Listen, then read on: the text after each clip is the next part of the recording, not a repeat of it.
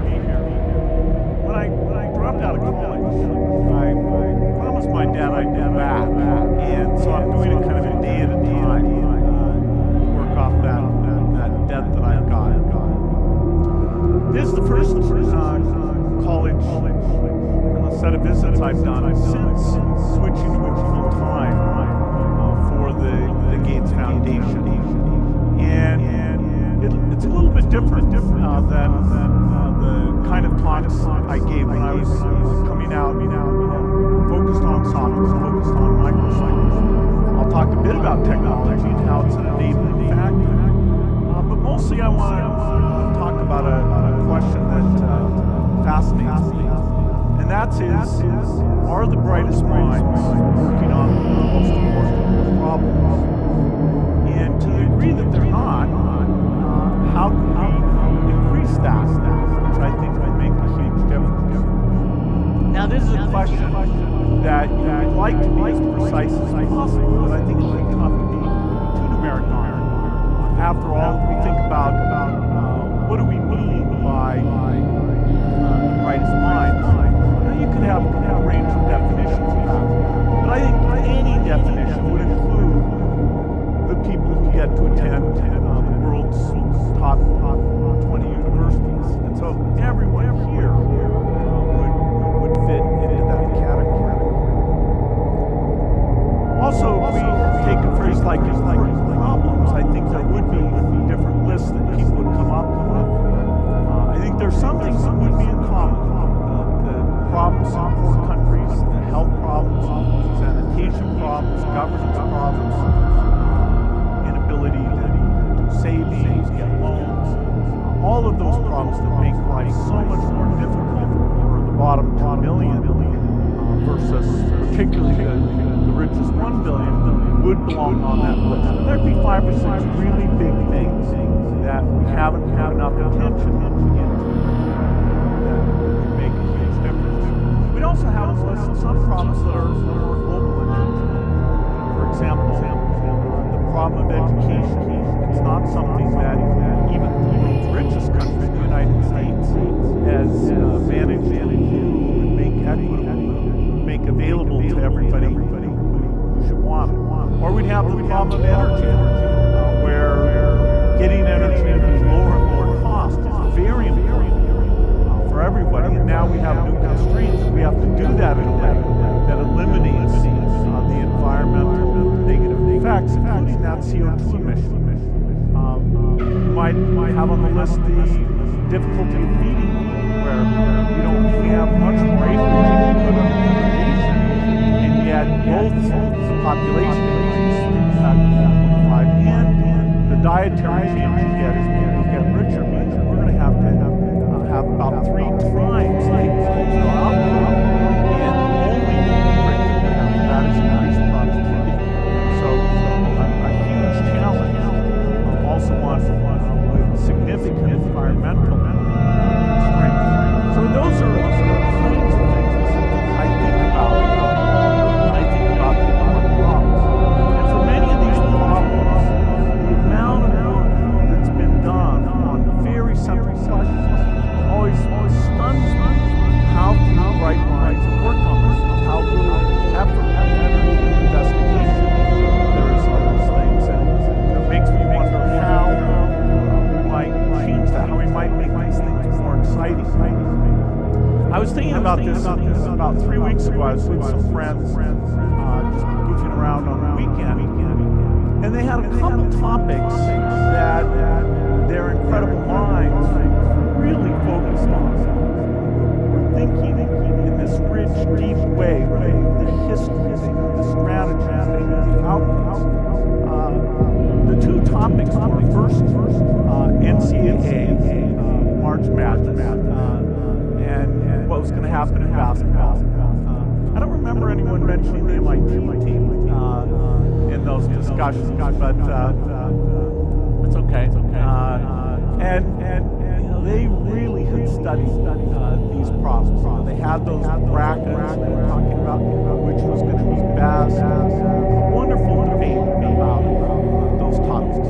The second thing was discussing of investments. Who would pick good stocks? What had happened in the mortgage market? What was going to happen in the investment banks? What kind of derivatives were there? Did various people understand what you might choose to do in investing in those things? And all that IQ, including lots of IQ that goes off to Wall Street, just works on that, on those topics as their right thing. So we have lots of talent that could be shifted, at least to some degree, from sports, entertainment, investing, even in the areas of innovation, the kind of great science that's done here in other places. A lot of that focuses on the needs of the rich. There's a lot of great work on baldness drugs. Now, I'm not talking about complete shift, because I still want to have some movies I like, and I certainly know people that would be easier to look at if they used all these drugs. But how do we have a shift of both people who work on these issues on a full-time basis, and perhaps even more important, people, although it's not their full-time focus, that they're engaged in these things, they pick one or two, and their time, their nation, their political voice is involved in these things. I think if you look at the trend of the last 15 years or so, there has been in places like MIT, very good leadership on this. If you look at the visibility of issues like malaria and AIDS, it is much higher today than any time in the past, and that is resulting in more government donations, more scientists working on those things. Still, if you take malaria, it's a pretty small set. There's less than 100 scientists who work on the key problems of malaria. Kills a million children a year. Should it have more than that? Maybe so. So we've seen a change. My generation was not that aware of poverty and what was going on. I don't know whether it was the Cold War or what the distraction was, but it was not as visible, as clear as it's starting to be. Now, I see this shift in many ways. I see it in terms of what the students here are moving into. I have a project up in Seattle which is about using software to model diseases. In an MIT graduate, Grima is working on that. She could make 10 times as much money working on something else. But this idea of modeling malaria and other diseases, testing out the tactics, and using actually this Monte Carlo simulation, which is a technique called physics, to explain it to that in this very rich way. And that product has drawn her in. We've got this team of amazing people doing that. We have some examples of people like Paul Farmer. People aspire to do the kind of work that he does. And it's not just the global issues, also on education. Teach for America is a new phenomenon. Here at MIT, there were 96 people in the graduating class who applied for Teach for America, and that's 7.5% of the class. And that's pretty amazing, because every one of those kids would have had other opportunities that would have been far more remunerative. So there is this increased visibility. I myself did not go through some rational process of picking what I wanted to work on based on either economics or it ranking high in some list I wrote down of great problems. I fell into what I ended up doing as my full-time career. When I was 13, there was a computer. It confused the teachers. It was fun to figure it out. And that became my fanatical involvement. I was thinking, how could software improve? How could it be better? Trying to meet people who were good and who had done more, getting them to critique what I had done, and then eventually starting a company around that idea. And I feel good that you can say through happenstance that work actually led to a broad industry, personal computing, internet,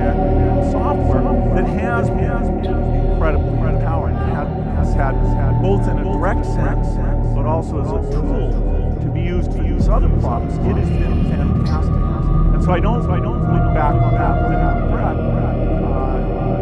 It did work out, but I didn't know what was going on in the world. I was in my 40s before, in terms of my travels, I started really having an awareness of how tough health conditions were.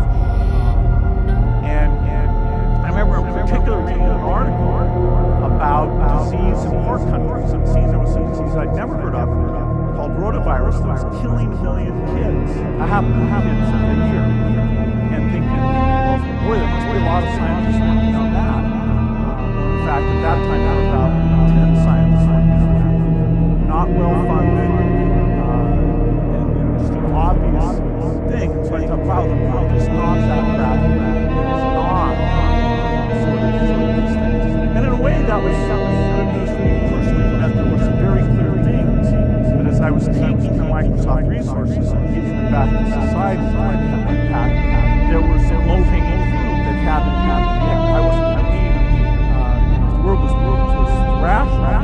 My marginal dollars would have far less utility than if there were these things really missed. What I want to do is keep the problems that one of the deaths and talk about what's going on and some of the things that need more bright minds, and give you my sense of the very deep need on many of these, and yet the great opportunity, the chance of success. I think if you tried to get the right report card, one of the things you have very strongly, even if you only pick 10 measures, would be the number of childhood deaths. Some of you know there's an effort that we funded called Millennium Development, trying to benchmark where different countries are in the progress, and set fairly ambitious goals for green metrics. One of those is this under 5 childhood death limit.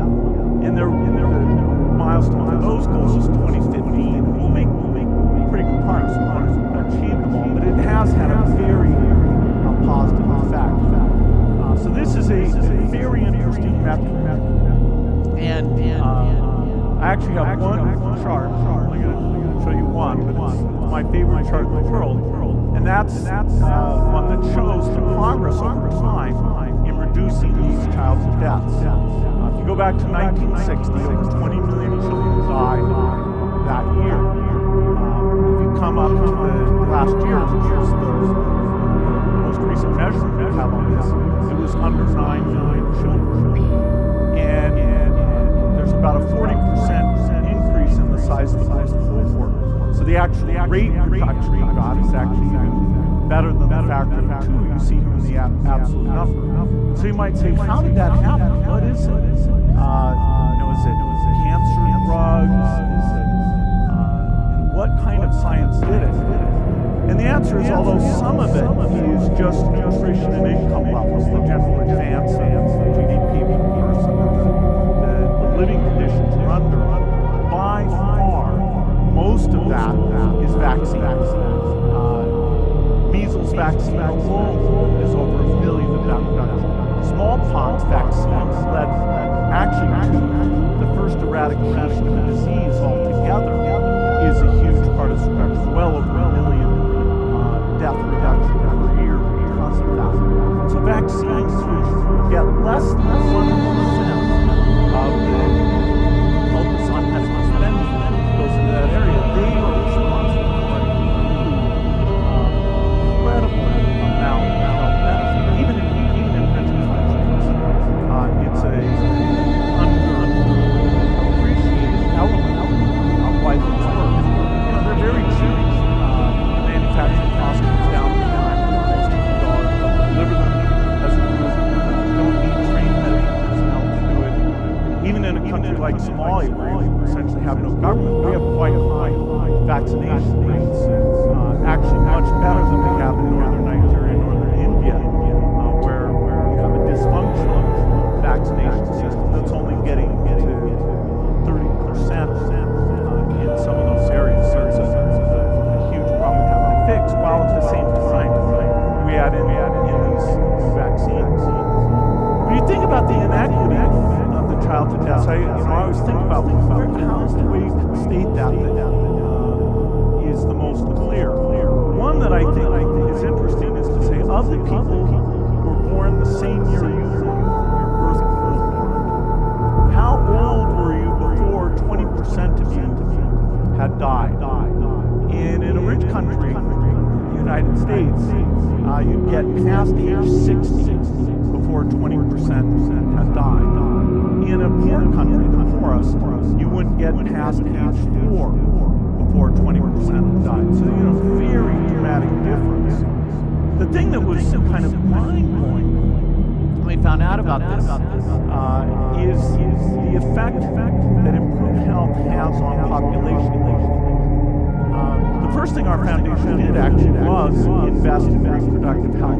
We said, okay, whatever the problem you're interested in, not having too many more people, whether it's jobs, education, food, environment, to not have sort of Malthusian growth levels like 3, 4, 5% a year. Unfortunately, we have a few places now. That is a primary problem. And I wasn't sure how to think about health interventions because, are you schizophrenic? You want more people or less people? And wouldn't that be the first-class effect?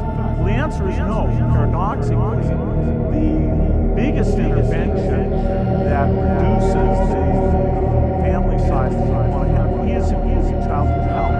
There's some others like female literacy and things that can be done.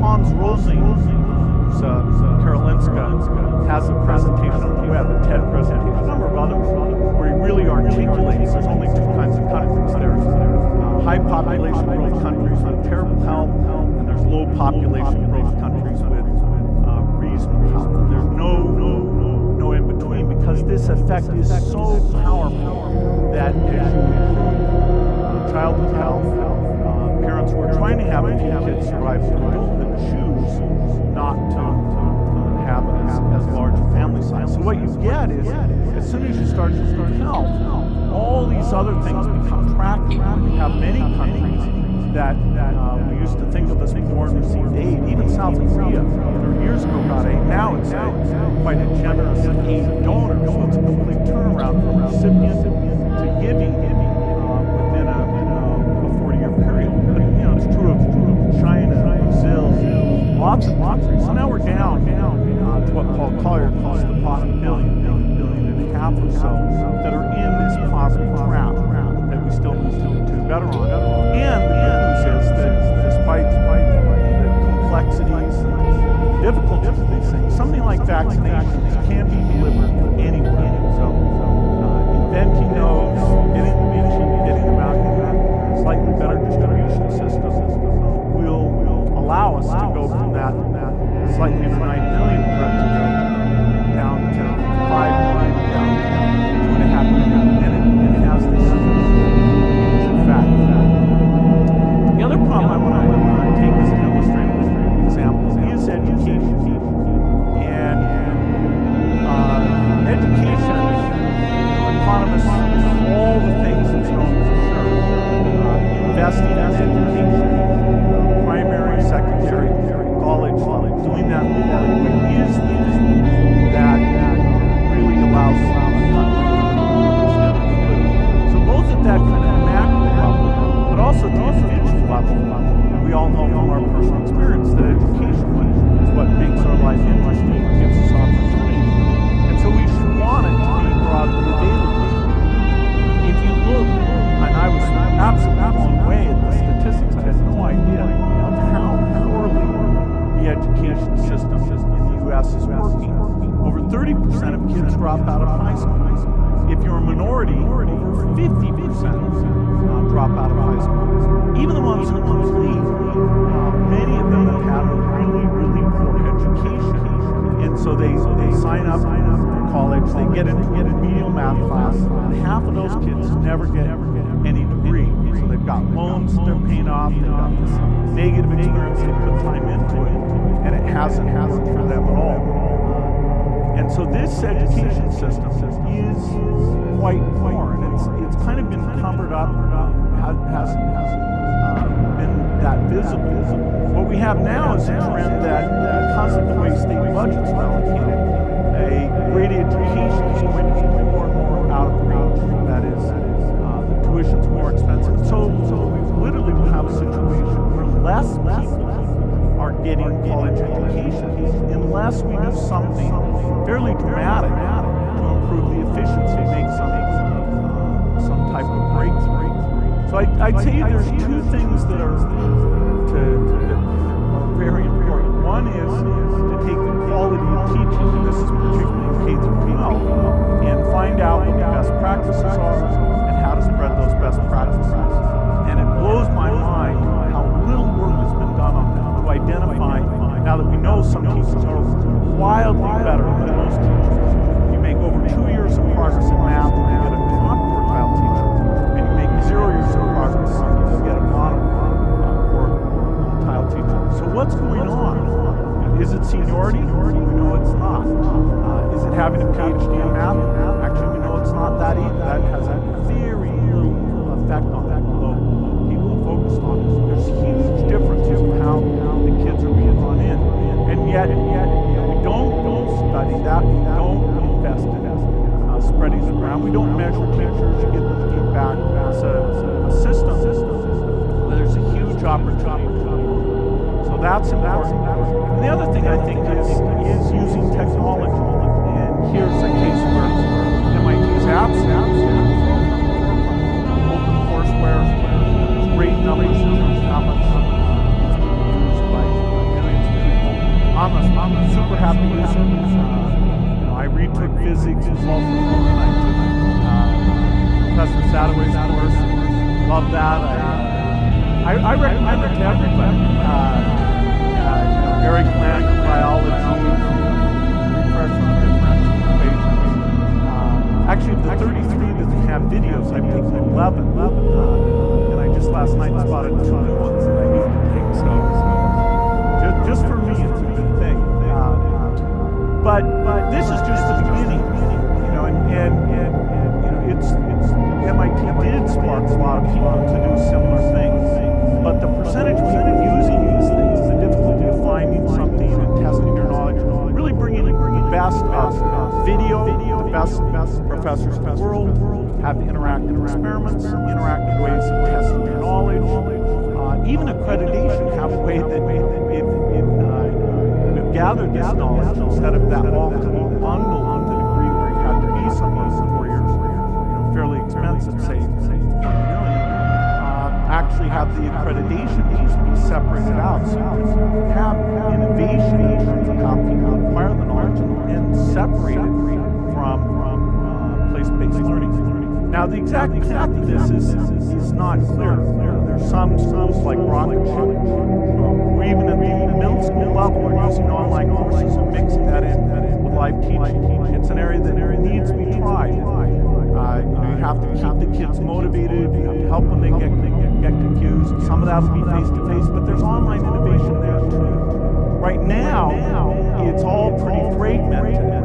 Different universities doing different courses. It's kind of hard to find things. Academic Earth does a little bit of aggregation there, but this can improve very substantially. I was talking with Victor Zhu about how we take speech recognition and bring that in. We were talking about making it more modular. We just want to learn more concepts. So we are just scratching the surface, and the need to take this and have teachers be able to learn how to teach better, assign kids who are ahead, assign kids who are behind, or to have self-motivated people who want to use this, and have worldwide research. It's very clear who should use what. That's something that needs to get done. And again, it's what's been done so far has had very modest funding. This is an area we need more resources, more bright minds. Certainly one that I want to see how the foundation can make a contribution to this. So if you look at the tuitions, childhood deaths, education, or if you look at the other ones, savings, where the cell phone will bring down the transaction costs, sanitation, where advanced physics and chemistry really can do that in a different way. Energy MIT's marshalling its resources to make a strong contribution as it can.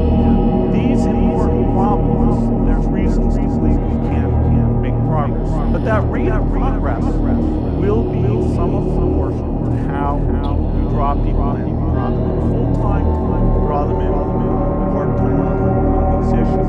So it does lead to this meta question of how to get the brightest more on to these big problems. Why don't they work? Well, the economic movements aren't totally in line with these problems. That's interesting to think about what would change that. The visibility, getting the success stories out. How can we do that? My dream is that, say a few years from now, I'll go off and I'll have a weekend. Instead of talking about March Madness stock prices, we'll have these brackets about best teaching, which ideas are going to try, online, comparing which are really out the best outcomes. And then we'll talk about food, best seeds, maybe practices, and increases productivity. We'll have that same kind of excitement and understanding that we have about other topics. I don't think that specifically is going to be easy, but it's kind of a high bar. Why are these topics as interesting, as engaging as those other things? And if we really did that, yes, we might delay the invention of a financial product by a few years. We might even delay that ball construction by a few years. But if it helps on the important problems, I think it's a big thing. Thank you.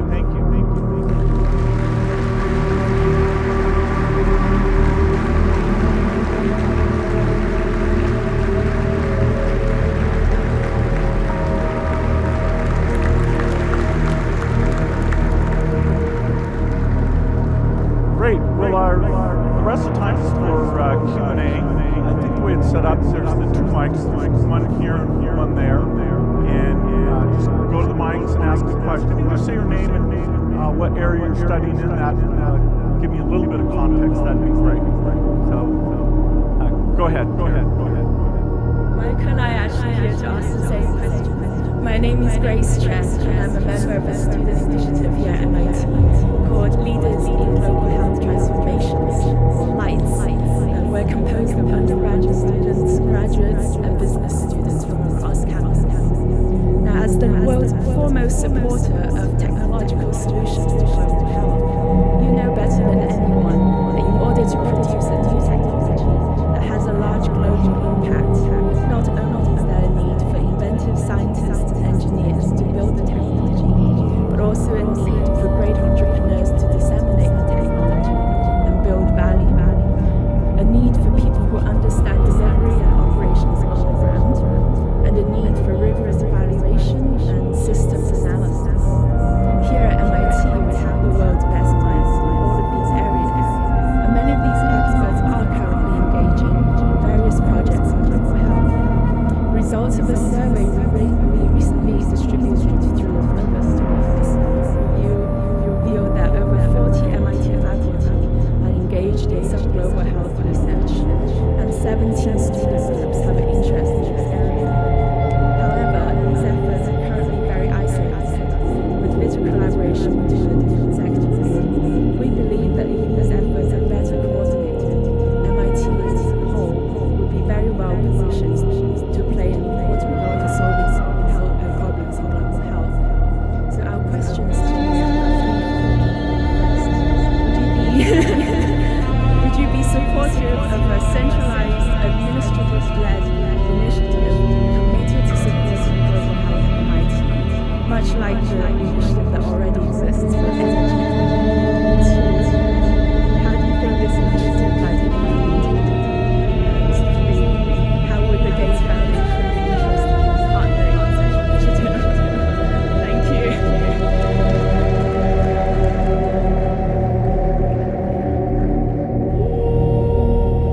Well, I definitely applaud the work that's going on, and I do think MIT is an example of this.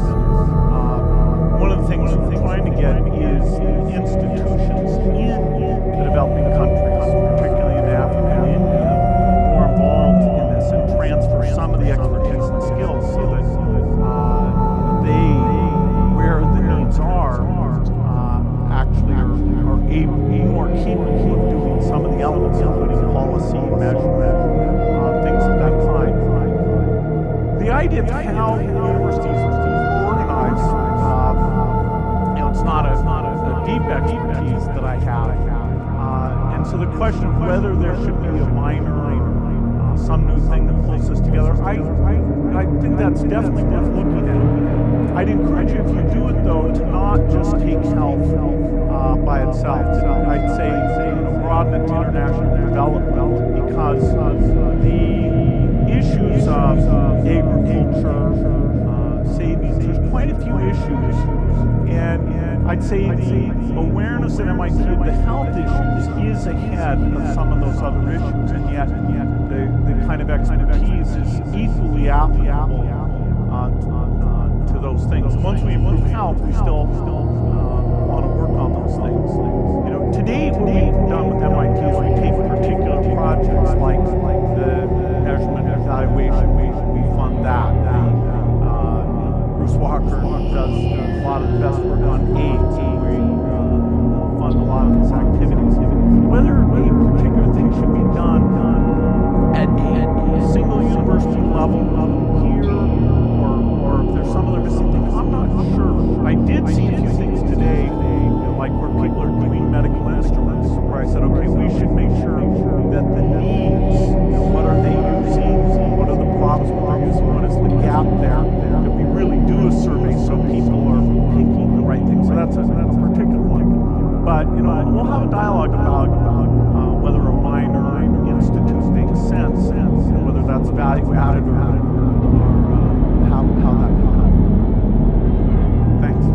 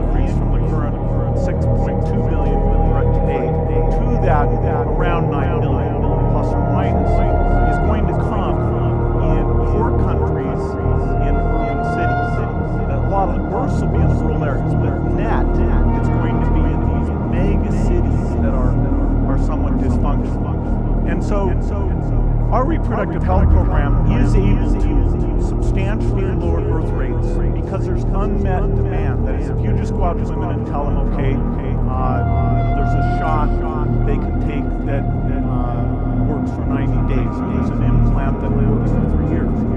We're going to be able to bring the price of those supplies down very dramatically. And it's an area that is ridiculously not funded. In fact, the U.S. government is completely pulled out of the UN population because of this issue that some of these groups are involved in voluntary abortion. So the U.S.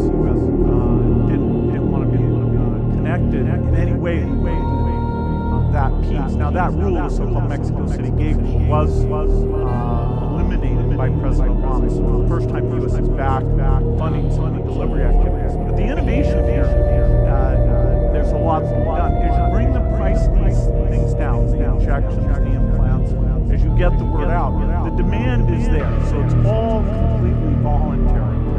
Women want to have a smaller family in all of these high population growth areas. So there's no need to worry about course and things. In fact, back in the 60s, the Club of Rome people were these dudes, were saying they had to have course techniques, and they just didn't understand. So you should have a very positive view.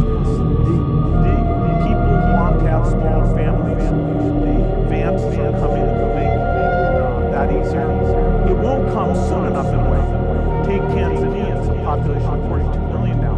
Even with a modest birth rate, it'll get to 90 million because they have the age structure such as young people that when they go and have their children, have a double the population.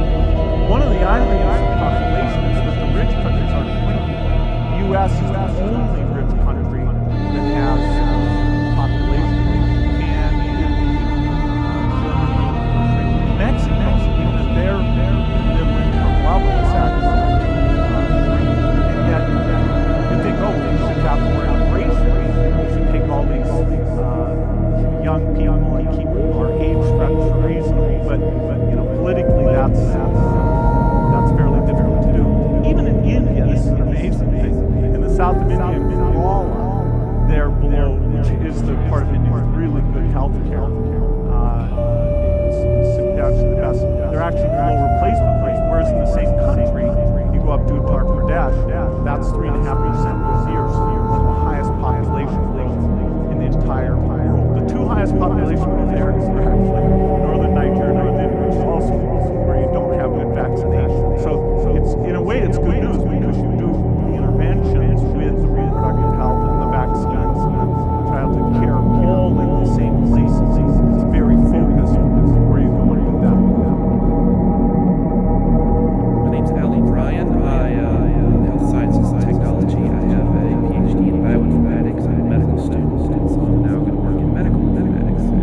My question is single with two applications. You spoke of particularly of vaccines and of improving education methods. In both, there's a two-part problem. One is how to find what works better, and the second is how to get what works better out to people who need it. In both cases, which do you find harder? So for vaccines, is it harder, and this is based on your past experience talking to people and their future projections, is it harder to do the research to find the vaccine or to establish the cold chain that gets it out to people? And likewise in education, is it harder to figure out what best practices really are, or whether they're transferable or not innate to some organization or some teacher's personal pattern action thing? Or is it harder to talk through the accreditation process and schools of education, departments of education, and so forth, to get it integrated into the system? Yeah, that's a very good question. And the answer is different for the two different domains. In the case of vaccines, we are science limited. That is, an AIDS vaccine is very tricky. And we're having to learn basic things about molecular shape space, immunology. It is interesting, but it's taking us a lot longer because we haven't gotten lucky on that. So that's science. Malaria vaccine, it's criminal that we didn't work on it because probably the science of the 80s or 90s were good enough to do a malaria vaccine. They were not good enough to do an AIDS vaccine, even if we've been working super hard, just didn't have the fundamental understanding. Most of the diseases we work on, the vaccines aren't that hard, it's just there wasn't money put into it. So now it's moving at full speed now. And the delivery thing, we're gonna have to raise money, billions. But you're talking about saving lives for less than $2,000 investment. That is funding vaccination, saves lives for less than $2,000.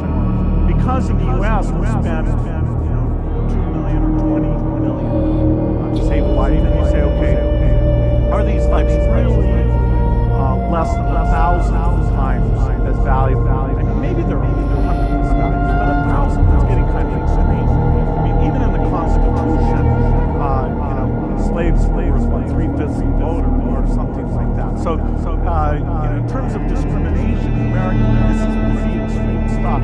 Failed to fund the vaccines, which right now the budget crisis we're having a challenge with. But the longer we go on cold chain, there's this great science of these super thermoses that should avoid us having to use electrification. It's very tough. It goes out, the vaccines boils, and those electricity policies in these countries are so bad that using a solution that's sort of passive energy to get the whole basically ice thing. We think we can replace cold chain, but even if we have to use refrigerators, we can do it. You have to overbuy the vaccines because of the fact that some of them are split. So that one's science. The education one, even though we don't know, it's mind-blowing how little we know about what good teachers do and how you invest in spreading that around. I think that finally gets some good work going on.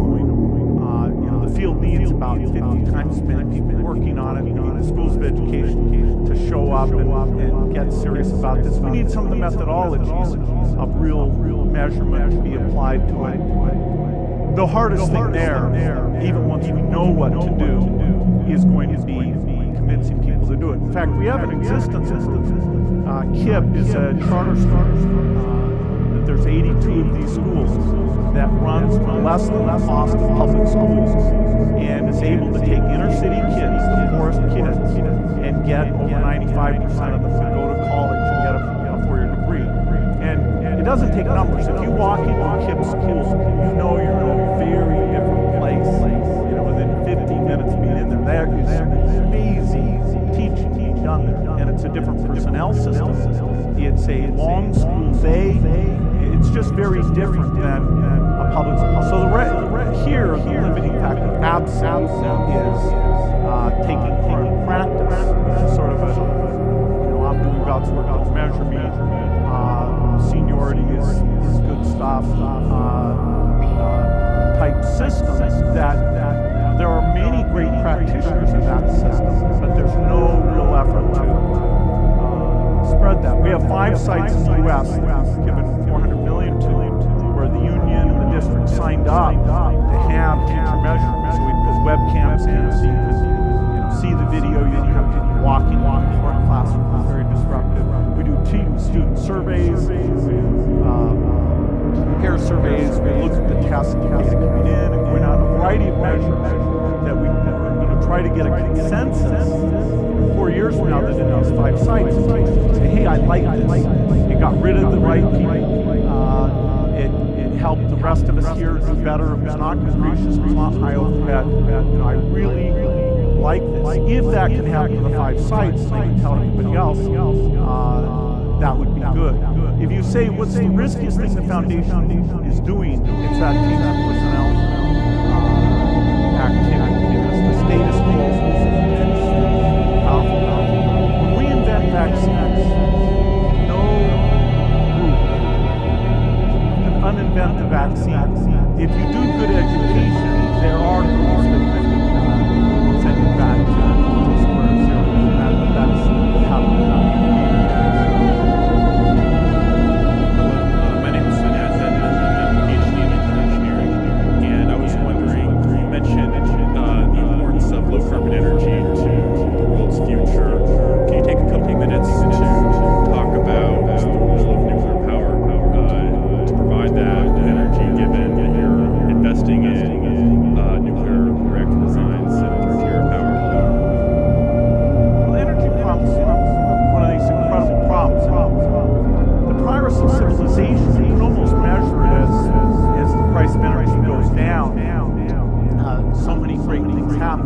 we have a civilization that's based on very, very cheap power. And it's great. We need to continue that. If you look at what technologies could really provide the electricity demand, say 40 years from now, there are very few. And most of the ones that are kind of cute and cuddly have two big problems. I'm talking about solar PV, solar chemical, the various solar approaches or wind approach. Those two have one, it's energy farming, and so the density, the acreage involved, the watts square meter of those things, it makes it very hard. When you do farming, you get wind, you get snow, you get your capital equipment isn't in a cold plant that's protected from the elements. It's large, widespread, so that's very hard. But even if you get past that, there's the intermittency problem, where you can't on a 24-hour period, or when the clouds screw you up, wind doesn't blow. You have this storage problem, and you can ask, I think reasonable researchers, will there be in the next 40 years the ability to store, say, the amount of energy that the U.S. uses for a 24-hour period in pick your favorite technique, battery, water storage, thermal storage. There aren't many choices, and it's not clear. We should work on that.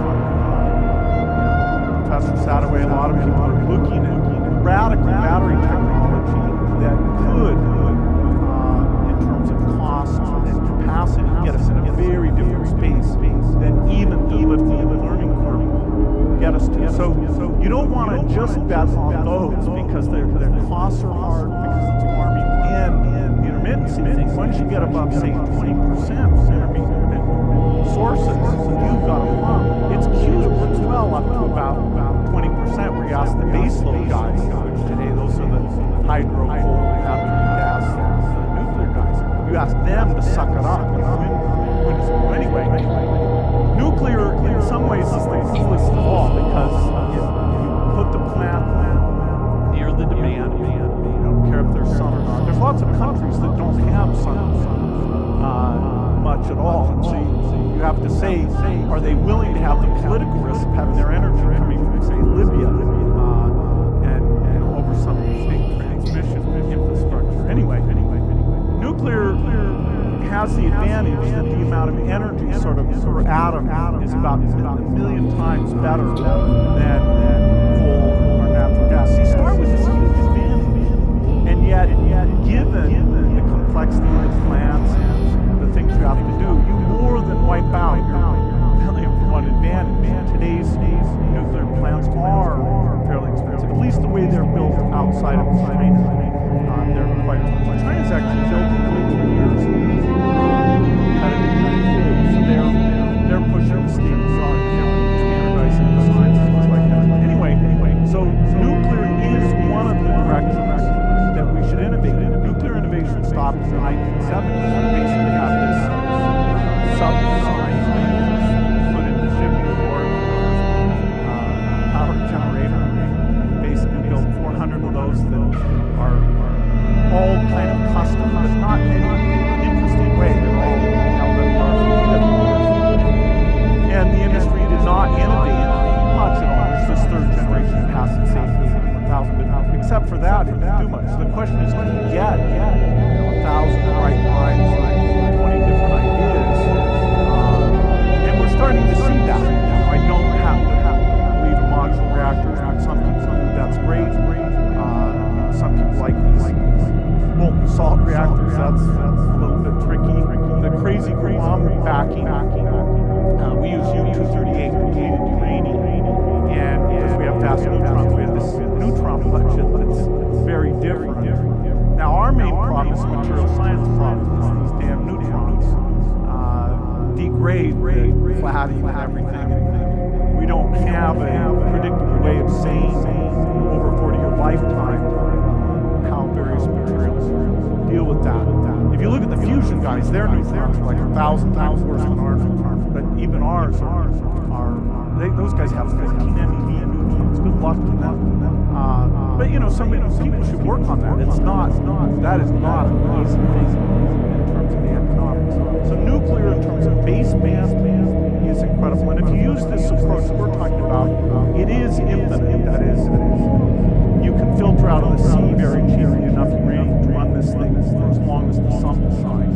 So in that sense, you know, is it quote renewable? Quote, well, it's infinite.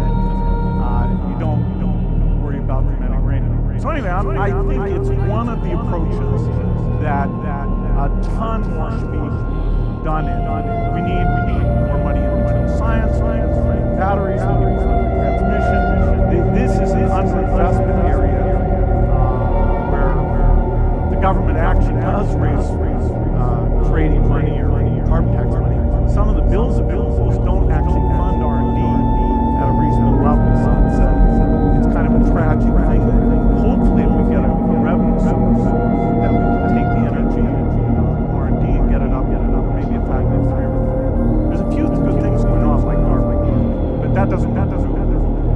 But I love nuclear. It does this radiation is tricky. They're good solutions. You know, it was interesting recently in Connecticut. This natural gas plant blew up 11 guys. Actually killed 5 people. If that had been a nuclear plant, everybody would know about that. So much. Yeah, China did a good job last year. They went through 3 guys dying in mine accidents in 2016. Very good signals. But if nuclear killed those 26 people, I mean, we would just kiss the industry. Right? It's interesting. Deaths per megawatt, nuclear is the minimizer.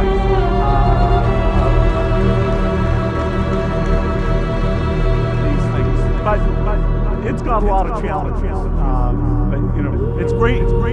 I'm glad there's this renaissance that people point into. We have this company, and everybody in our company is either over 60 because they've done something, or they're in their 20s or 30s because they're open-minded and optimistic. So it's an interesting environment. We don't have anybody in their 40s and 50s because that was the nuclear shutdown period is where those people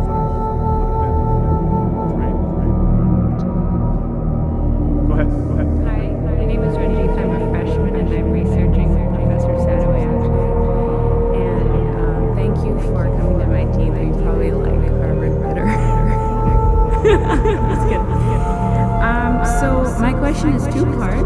The first part is that earlier you were talking about how you think that it will be a challenge to get a lot of young people into researching for helping poverty and helping world issues because they might not find a financial incentive in this. And you said that this would be an interesting problem to look at. But I was wondering, first of all, if you could elaborate a little bit on how you would look at this problem and what sorts of approaches it would take.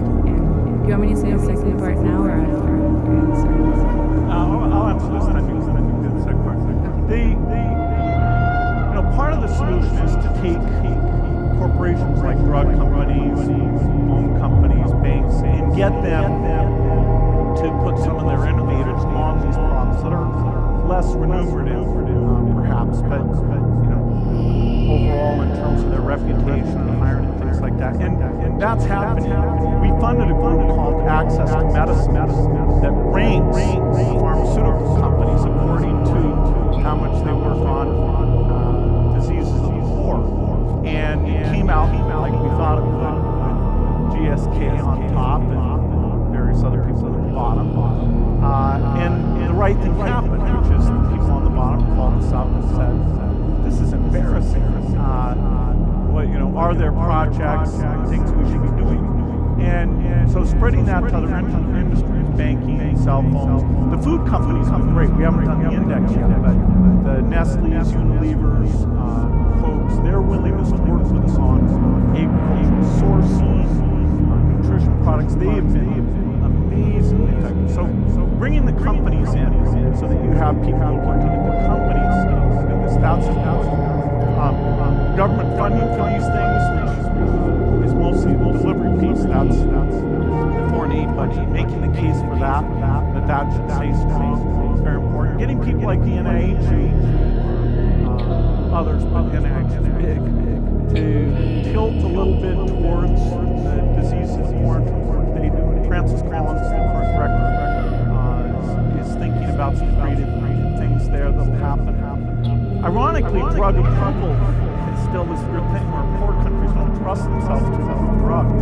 And so when we want to do a TB drug, it has to be approved. No country will accept it unless either FDA, the US regulator, or me, the European regulator, accepts it. They don't have the right process for triple drug therapy. They make us think normal things go through 3 phase 3s. That's 15 years, over $1 billion. So they're working with us on these things. We're trying to get vouchers where if you do drugs for the poor, you get faster rounds of FDA review on ritual drugs. So we need government, philanthropy, and corporate money. That's the economic piece. Then we need the visibility where people feel like this is a great thing. And that there is parts of it. There's a lot of money. So what's the second? Second is less academic. I'm just curious, how does being the richest person in your life?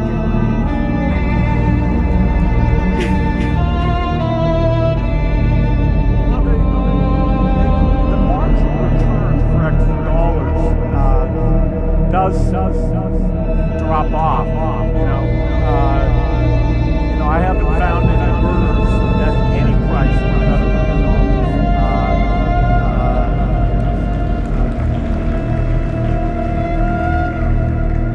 There's a few things like air travel where it's nice. But other than that, overwhelmingly, once you get past, some a few million or something, then it's all about how you give it back. What are you going to pick someone? Are you going to get involved yourself? How are you going to do that? And for some people, strangely, that's actually work where they're kind of where they do it well, all that. So partly making that easier, making that more widespread is one of the things I think is interesting. That can help more. We could double philanthropy. We can get India and China millionaires, for example, to be as generous as the U.S. is, or get the U.S. to be twice as generous.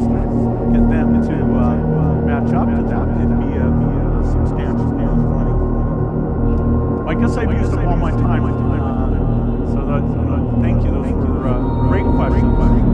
Let me just leave you with a small challenge or opportunity, which is that on the Foundation Facebook website, if you have ideas about a particular problem or the general issue of why people have ideas about that, I encourage you to post there because I'll go look at that and see if there's things that we ought to help promote. Hopefully we'll get a lot of good ideas. I obviously coming here, people who believe in these things, so I want to thank you for that, but think hard about